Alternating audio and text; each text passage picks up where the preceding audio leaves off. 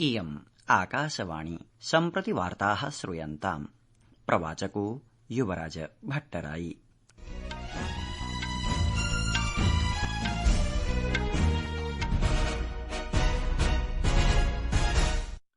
आदौ मुख्यवार्ताः। भारत फिलीपीन्स राजनयिक सम्बन्धानां हीरक जयन्ती वर्षपूर्तिम् उपलक्ष्य फिलीपीन्स राष्ट्रपतिः फर्डिनेण्ड आर मार्कोस जूनियर भारतस्य 5 दिवसीय राजकीय यात्रायाम् अद्य मध्याह्ने नवदिल्लीं प्राप्तः। अद्य संसदः उभयोः सदनयोः कार्यान्वयनं पूर्णदिवसावधये जातं स्थगितम्। झारखण्डस्य पूर्व मुख्यमन्त्री शिबू सोरेनः दिवंगतः। राष्ट्रपति प्रधानमन्त्री समेतैः अन्य नेतृभिश्च प्रकटिताः शोक संवेदनाः।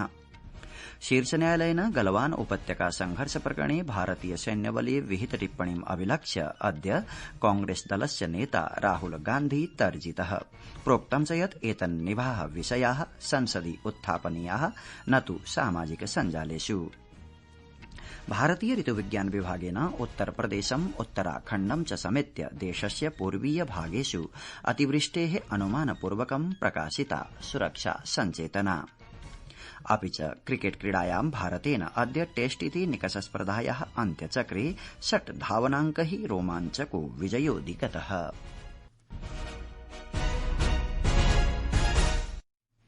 अथ वार्ताः विस्तरेण। फिलीपीन्स देशस्य राष्ट्रपतिः फर्डिनेण्ड आर मार्कोस जूनियर भारतस्य 5 दिवसीय राजकीय यात्रायाम् अद्य मध्याह्ने नवदिल्लीम् अवाप्तोऽस्ति। तेन साकं प्रथम महिला लुईस अर्नेटा मार्कोस सहितम् एकम् उच्चस्तरीयं प्रतिनिधिमण्डलमपि यात्रायाम् आगतमस्ति, यस्मिन्नैके मन्त्रिमण्डलीयाः मन्त्रिणः, अन्ये गणमान्याः जनाः, वरिष्ठाधिकारिणः, व्यापारिक प्रतिनिधयश्च समाविष्टाः वर्तन्ते। फिलीपीन्सस्य राष्ट्रपतेः पदभार ग्रहणस्यानन्तरं राष्ट्रपति मार्कोसस्य एषा प्रथमा भारतयात्रा वर्तते। अस्याः यात्रायाः अवसरे प्रधानमन्त्री नरेन्द्र मोदी राष्ट्रपति मार्कोसश्च श्वः द्वैपाक्षिकीं मन्त्रणां करिष्यतः। राष्ट्रपति मार्कोसः राष्ट्रपतिं द्रौपदी मुर्मू वर्यामपि सम्मिल्य सम्भाषणम् आचरिष्यति। विदेशमन्त्री डॉ एस जयशंकरः अपि अस्याः यात्रायाः अवसरे राष्ट्रपतिना मार्कोस वर्येण समं मन्त्रणां करिष्यति। अत्रान्तरे एकस्मिन् वक्तव्ये फिलीपीन्सस्य राष्ट्रपतिः भारतम् एकं महत्वपूर्णं मित्रराष्ट्रं प्रत्यपादयत्। श्री मार्कोसः अस्मिन् विषये बलं प्रदत्तवान् यत् सामयिक लोकतान्त्रिक मूल्यानि, सामुद्रिकं हितं, क्षेत्रीय शान्तिः भारतेन साकं गहनो व्यापकः सार्थकश्च द्विपक्षीयः सहयोगः अपेक्ष्यते। संसदः उभयोः सदनयोः कार्यान्वयनं दिवसावधये जातं स्थगितम्।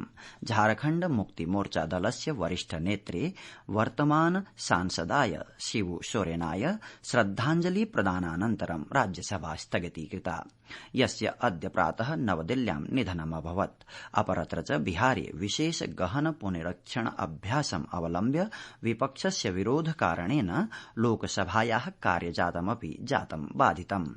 अपराह्ने 2 वादने पूर्वस्थगनस्य पश्चात् यदा लोकसभायाः कार्यजातम् आरब्धम् तदा विपक्षिदलसदस्याः बिहारस्य मतदातृसूच्याः विशेष गहन पुनरीक्षणाभ्यासे चर्चायै याच्ञापूर्वकम् उद्घोषान् उच्चारयन्तः मध्ये सदनम् आगताः।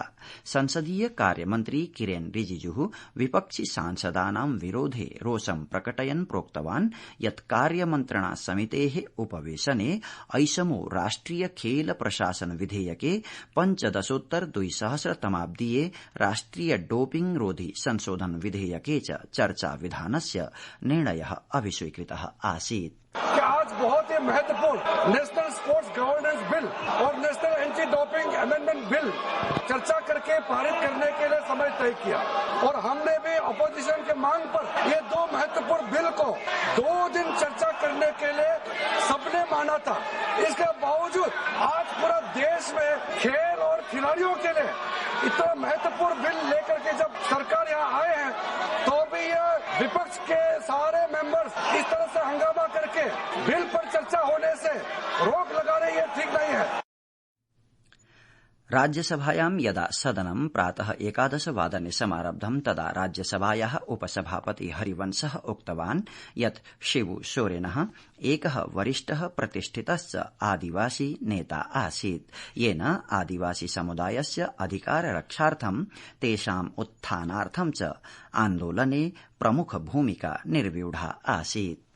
मुझे गहरे दुख के साथ यह सूचित करना है कि आज 4 अगस्त 2025 को इस सदन के मौजूदा सदस्य श्री शिबू सोरेन जी का निधन हो गया। झारखंड राज्य की स्थापना के आंदोलन में उनकी महत्वपूर्ण भूमिका रही। वे इस नवगठित राज्य के सबसे सम्मानित नेताओं में से एक बने। उन्होंने आजीवन वंचितों के अधिकारों और कल्याण के लिए समर्पित भाव से काम किया। उनके निधन से देश ने एक अनुभवी सांसद, आदिवासी अधिकारों के प्रबल पैरोकार और एक अत्यंत सम्मानित जनप्रतिनिधि को खो दिया है। तदनु सदने सोरेनस्य सम्माने कतिपय कालं यावत् मौनधारणं कृतम्। ततश्च दिवंगतस्य नेतुः निधने शोकं व्यक्तीकृत्य सदनस्य कार्यान्वयनं पूर्णदिवसावधये स्थगितीकृतम् अभूत्। झारखण्डस्य पूर्व मुख्यमन्त्री वृक्काङ्गस्य रोगेण पीडितः आसीत्। अथ च सार्धैकमासपूर्वं सः हृदयाघातेन अपि पीडितः विगतैकमासाद् असौ राजधान्यां सरगंगाराम चिकित्सालये जीवनरक्षक प्रणाल्याम् उपचाराधीनः आसीत्। राष्ट्रपतिः द्रौपदी मुर्मुः, प्रधानमन्त्री श्रीनरेन्द्र मोदी, अन्ये च गणमान्याः एतस्य वरिष्ठनेतुः निधनम् अभिलक्ष्य शोकं व्यक्तीकृतवन्तः। प्रधानमन्त्री मोदी दिवंगतात्मने श्रद्धाञ्जलि प्रदानार्थं चिकित्सालयस्य भ्रमणमपि कृतवान्। झारखण्डे अद्यारभ्य अगस्त 6 यावत् 3 दिवसीयः राजकीयः शोकः आमानयिष्यते। अद्य श्वः च सर्वेऽपि सर्वकारीयाः कार्यालयाः पिहिताः स्थास्यन्ति। संस्कृत वार्तायाः संस्करणम् इदानीम् आकाशवाणीतः प्रसार्यते। सममेव अयं कार्यक्रमः आकाशवाण्याः www.newsonair.gov.in इति वेबसाइट इत्यत्र अथ च news on AIR mobile app इत्यत्र अपि श्रुतिगम्यो भविष्यति। माननीयेन सर्वोच्च न्यायालयेन अद्य कांग्रेस दलस्य नेत्रा राहुल गान्धिना भारतीय सैन्यबलं विरुध्य कथितानाम् अपमानजनक वक्तव्यानां विषये असन्तोषः प्रकटितः। एतानि वक्तव्यानि 20 तमे वर्षे भारतीय सैन्यबलस्य चीनदेशेन सह गलवान उपत्यका संघर्षस्य सन्दर्भे आसन्। वादश्रवणावसरे सर्वोच्च न्यायालयेन मौखिक टिप्पणीरूपेण राहुल गान्धिनः वक्तव्यस्योपरि असन्तोषः प्रकटितः। न्यायमूर्तिः दीपांकर दत्ता, न्यायमूर्ति एजी मसीह चेत्ते तयोः न्यायपीठम् उक्तवान् यत् विपक्षस्य नेतारूपे सामाजिक प्रसारण पटले ईदृशी चिन्ता नोपस्थापनीया, अपितु एतन्निभाः विषयाः संसत्पटले उपस्थापनीयाः इति। भारतीय ऋतुविज्ञान विभागेन उत्तरप्रदेशम्, उत्तराखण्डं च समेत्य देशस्य पूर्वीय भागेषु अतिवृष्टेः अनुमानं कृतमस्ति। ऋतुविज्ञान विभागानुसारेण अद्य कर्णाटक, जम्मू कश्मीर, लद्दाख, लक्षद्वीप, मध्यप्रदेश, नागालैंड, मणिपुर, मिजोरम, त्रिपुरा चेत्येतेषु राज्येषु अपि अतिवृष्टेः सम्भावना प्रकाशितास्ति। सहैव ऋतुविज्ञान विभागेन तटवर्ती आन्ध्रप्रदेशे, पश्चिम बंगालस्य गंगा तटक्षेत्रे, जम्मू कश्मीरे, झारखण्डे, कर्णाटके, पश्चिमीय मध्यप्रदेशे च भूरिभागेषु तडित प्रभावपूर्वकं झंझावातेन सह वृष्टेः भविष्यवाणी अपि सम्प्रसारितास्ति। पीआईबी इति प्रेस सूचना ब्यूरो इत्यभिकरणस्य फैक्ट चेक यूनिट इति तथ्यान्वेषण एकांशेन सोशल मीडिया इति सामाजिक सञ्जालेषु भारतस्य अमेरिकादेशस्य च मध्ये सद्य एव टेरिफ इति शुल्क सम्बद्ध घटनाक्रम विषये मृषापलाप प्रसारणरतासु मीडिया अकाउंट्स इति सञ्जालीय लेखासु कार्यान्वयनं विहितमस्ति। क्रिकेट क्रीडायां भारतेन अद्य टेस्ट इति निकषस्पर्धायाः अन्त्यचक्रे 6 धावनाङ्कैः रोमाञ्चको विजयोऽधिगतः।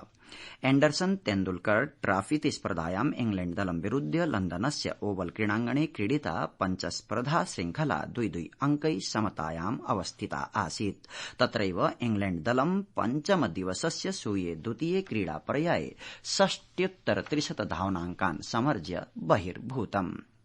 इति वार्ताः।